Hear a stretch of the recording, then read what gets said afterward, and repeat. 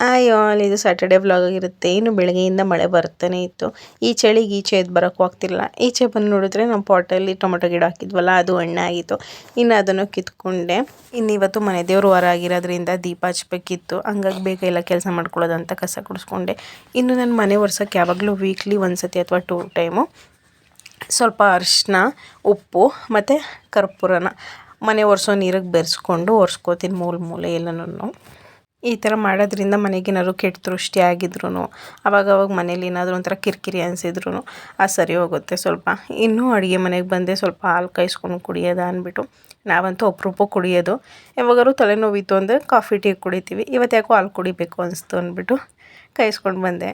First ಹಾಲು ಕುಡಿದ್ಬಿಟ್ಟು ಆಮೇಲೆ ಮಿಕ್ಕಿದ ಕೆಲಸ ನೋಡ್ಕೊಳ್ಳೋದ ಅಂತ. ಪಾಪ ಹೂವು ತೊಗೊಂಬರುತ್ತೆ, ಹಾಲು ಕುಡ್ಕೊಳ್ಳೋಗಿ.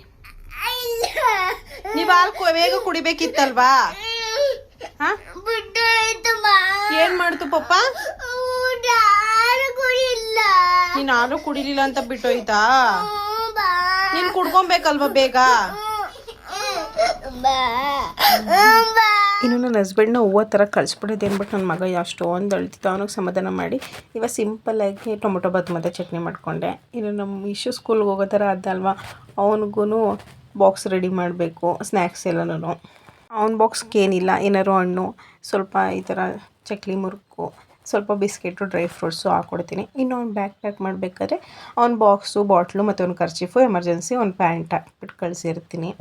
ಇನ್ನು ನಾನು ಸ್ನಾನ ಮಾಡಿಕೊಂಡು ದೀಪ ಹಚ್ಚೋಷ್ಟ್ರಲ್ಲಿ ಲೇಟಾಗಿಬಿಡುತ್ತೆ ಅಂದ್ಬಿಟ್ಟು ನನ್ನ ಹಸ್ಬೆಂಡೇ ಸ್ನಾನ ಮಾಡ್ಕೊಂಡು ದೀಪ ಎಲ್ಲ ಹಚ್ಚಿದ್ರು. ಇನ್ನು ದೇವಸ್ಥಾನಕ್ಕೆ ಹೋಗ್ಬೇಕಲ್ವ, ಅಲ್ಲಿ ಮುಗಿಸ್ಕೊಂಡು ಅವ್ರ ಆಫೀಸ್ಗೆ ಹೋಗೋದು ಲೇಟ್ ಆಗುತ್ತೆ, ಈಶನ ಸ್ಕೂಲ್ಗೆ ಬಿಡಬೇಕು ಅಂದ್ಬಿಟ್ಟು. ಇನ್ನು ಮಾರ್ನಿಂಗಲ್ಲಿ ಸ್ಯಾಟರ್ಡೇ ಹೊತ್ತು ಅವರು ಏನು ನಾಷ್ಟ ಮಾಡಲ್ಲ.